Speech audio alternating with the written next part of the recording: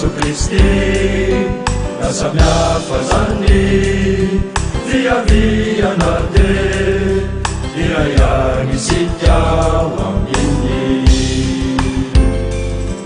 sikyarehetrisao nademaruasa de irayamewamini Yesu Kristi nasamiafazani viavianade irayanisitawamini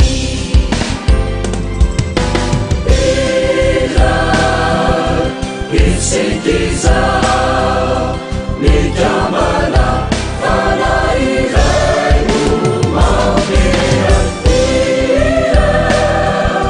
nuliluna nitamana uliva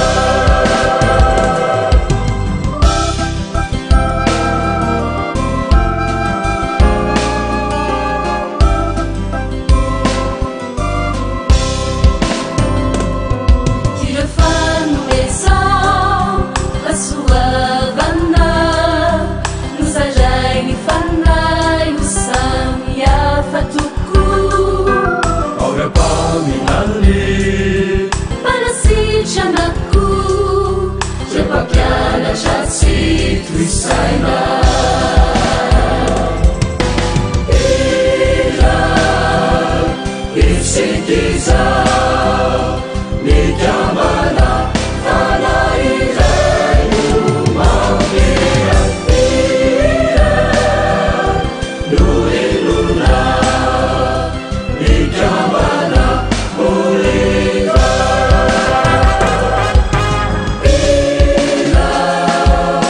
Isikiza nitamana fana irenu mawira nuliluna nitamana uliva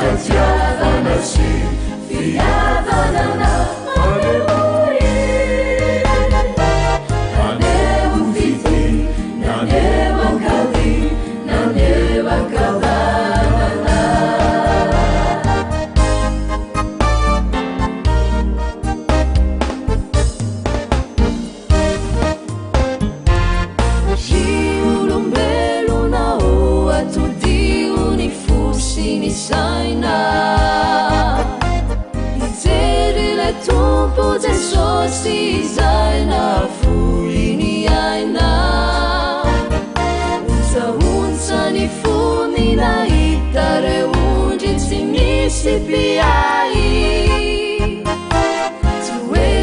mampiavaka azy indrindrany alemepanay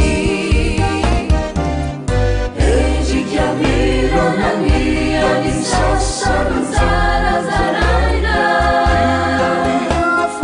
ara ivinitrany any afandolanzalazaina sialeove fifankatiavana sy fiavanana anevoy anevofity nanevankavy nanevankavanana endrika mironany any sasany zarazaraina ara ivinitrany any afandolanzalazaina sialeove fifankatiavana sy fiavanana anevoy anevofity nanevankavy nanevankavanana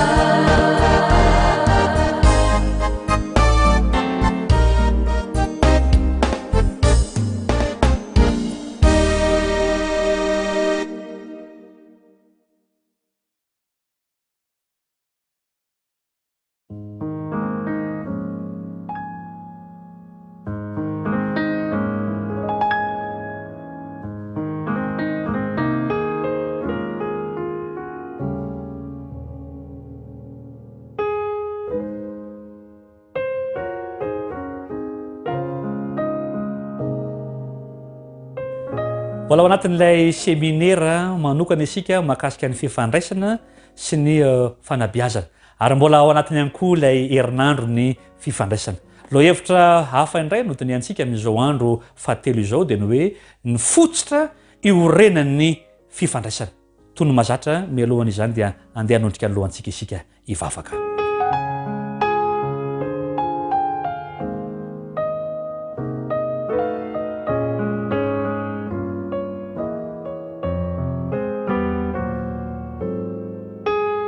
Fotrara eo no ny tantananao anay ka tratra ity andro fahatelo ity indray.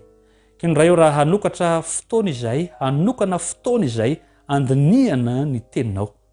Ianao kosa ny anomena ny fitahiana avy any ambony. Ka zahoanay mandray ny teny avy aminao ary iaina izany. Amin'ny anaran'i Jesosy. Amen.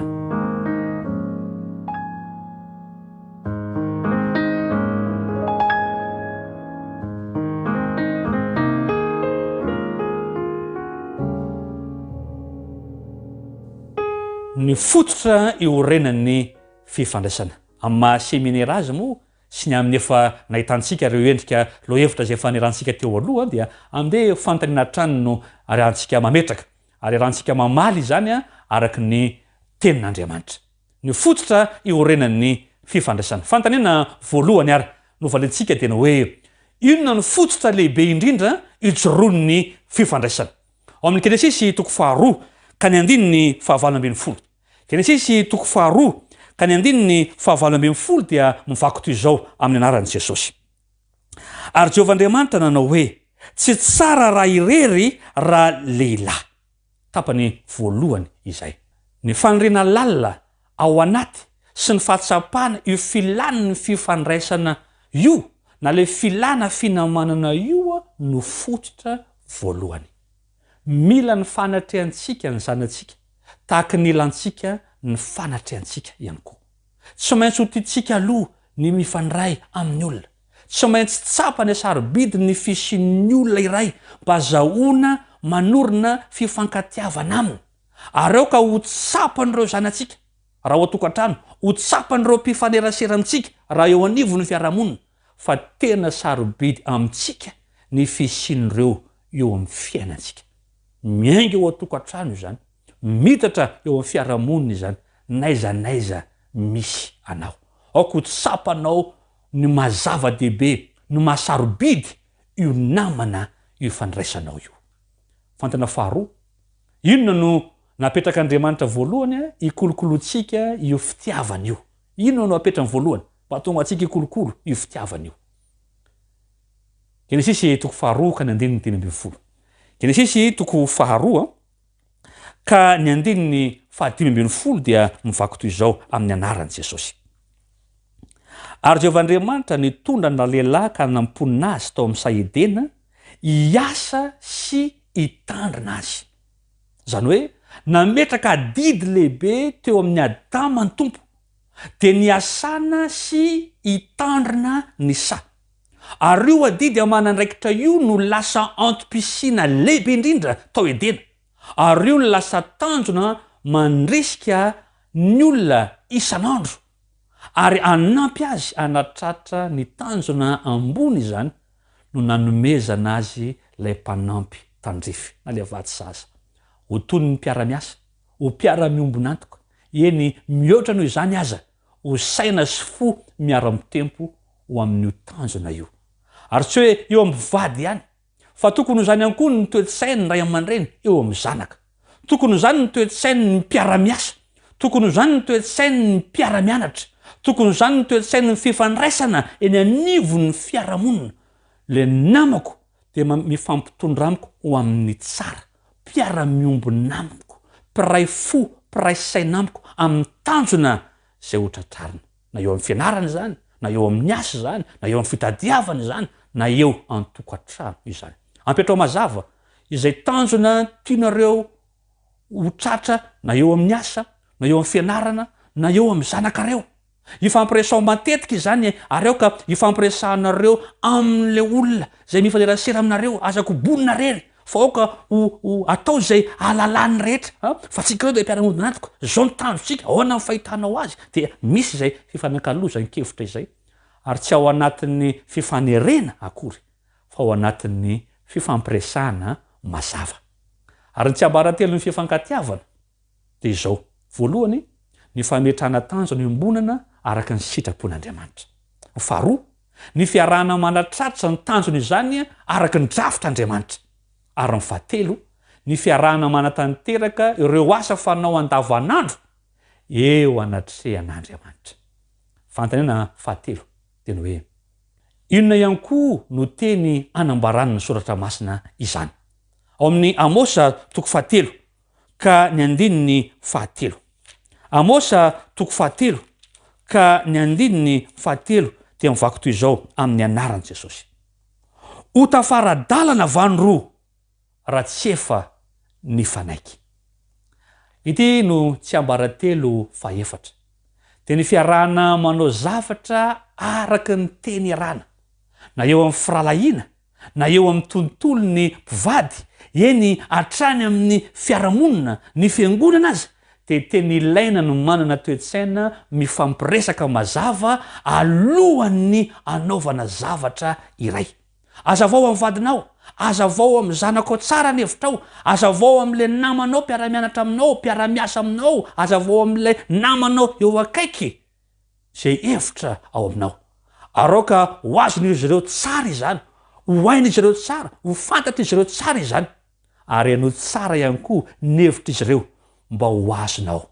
Dia misy ilay fifanakalo, zay le hoe serasera, zay le hoe mifandray. Tsy ny avaty amiko ihany no makany aminy, fa ny avany aminy koa makaty amiko. Fantanena faefatra dia hoe inona no modely nomen'Andriamanitra momba izany ao amin'ny boky ny mpaminany. Ao amin'io Amosy io ihany toko fahatelo ka ny andininy fahafito kosa indray. Amosa toko fahatelo ka ny andininy fahafito dia mivaky toy izao amin'ny anaran'ny Jesosy. Tsy manao na inona tokoa Jehovah Tompo raha tsy milaza ny heviny amin'ny mpaminany mpanompony. Areo dia manome modely tsara ho antsika ity nataon'Andriamanitra ity. Atrao Edena, nandritra ny taonjato maro, eny mandraka ankehitriny amin'izao andro iainantsika izao, dia tsy mitsahatra ny teny amintsika izay tena faniriny sy fikasany ary ny sitrapony Andriamanitra.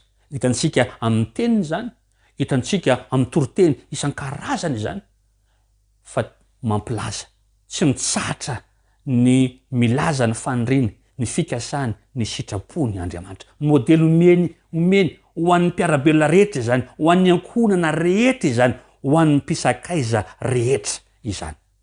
Fantanina fahadimy teny hoe tamin'ny fomba ahoana no niresan'Andriamanitra tamintsika olombelona sy ny fandraisantsika tamintsika na ny fandraisan'Andriamanitra koa amintsika. Hebreo toko voalohany ka ny andininy voalohany. Hebreo toko voalohany ka ny andininy voalohany dia mivaky toy izao amin'ny anaran'i Jesosy. Hebreo toko voalohany ka ny andininy voalohany de sy ny faharoa ihany koa. Rehefa nampitenen'Andriamanitra tamin'ny razana fahiny ny mpaminany tamin'ny andro samihafa sy ny fanao samihafa, dia amin'izao andro farany izao kosa no nampitenenany tamintsika ny zanany, izay voatendry no mpandova ny zavatra rehetra, izy nahariny izao tontolo rehetra izao. Tao Edena dia niteny vantana tamin'ny olombelona Andriamanitra. Tanteoriana dia nandefa mpaminany izy mba ampitany ny hafatra rehetra avy any aminy ho tonga amin'ny olombelona. Ary nidina tetỳ an-tany mihitsy izy tamin'ny alalan'i Jesosy Kristy mba hampianatra sy aneho ny modelin'ny fifandraisana sy ny firaisana mavonjy amin'ny mpanjakan'ny lanitra. Mahafinaritra le hoe Andriamanitra midina, miala avy any amin'ny toerany, tonga mamonjy, mijery ny fomba rehetra, ary tsy hoe nampiasa ny fomba rehetra fa izy mihitsy no nanome modely ho amin'ny izany. Zany ny fomba nanehoan'Andriamanitra ny fifandraisana teo aminy sy ny olombelona ary teo amin'ny olombelona sy Andriamanitra ihany koa. Ny fanontaniana fahaenina dia ny hoe inona ny fomba itenenan'Andriamanitra amin'ny olona araka ny ambarany soratra masina. Joba toko 7:30 ka ny andininy 4:40 sy ny 5:10 no ndeha hoentsika anazavana izany teny izany. Joba toko 7:30 ka ny andininy 4:40 sy ny andininy 5:10 amin'ny anaran'i Jesosy. Kanefa misy fanao iray itenenan'Andriamanitra, eny fanao roa aza nefa sy tandreman'ny olona izany, dia nofy sy nitsindromandry amin'ny alina, raha sondritory ny olona ka rengoka eo ampandrina.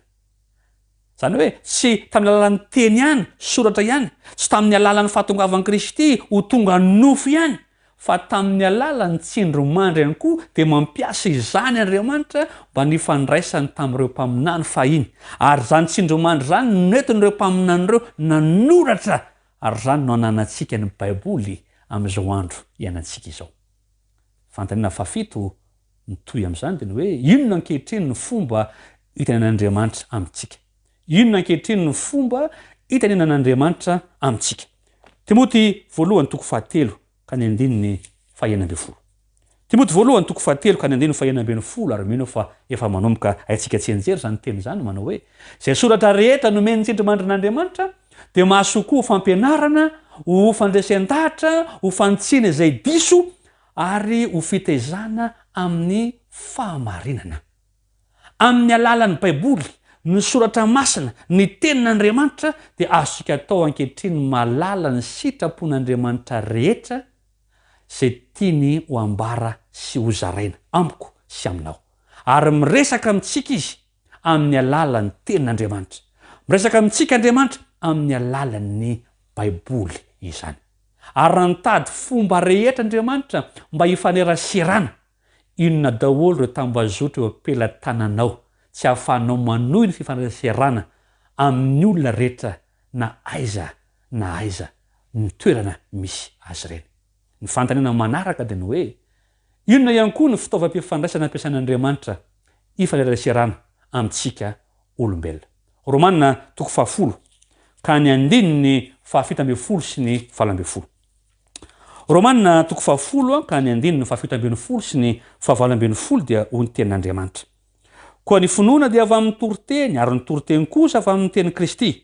Fa io izao, saotsy nare izy, tsia, fa efa nivoaka ho any amin'ny tany rehetra ny feony, ary ny teniny hatramin'ny farany izao rehetra izao.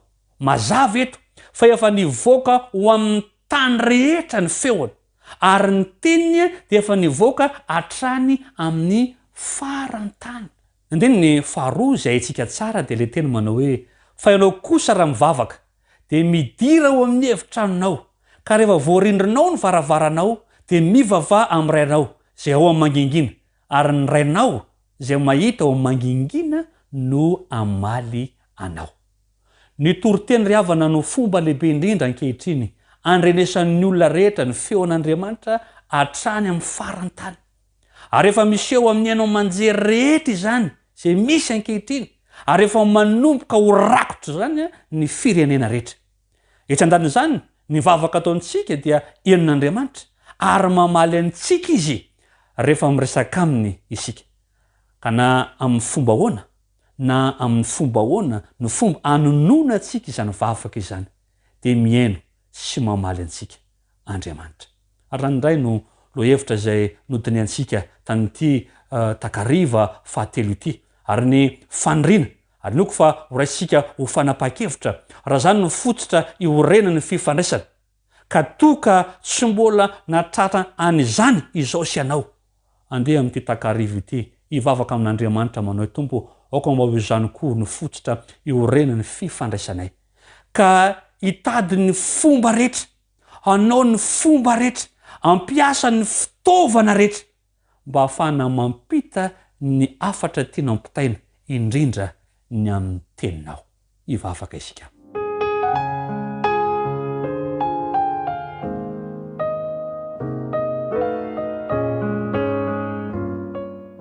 Raha eo misotranao indray zay tanyity andro anio ity, nanomezanao anay zany lohahevitra lehibe dia ny fototra iorenan'ny fifandraisana izany.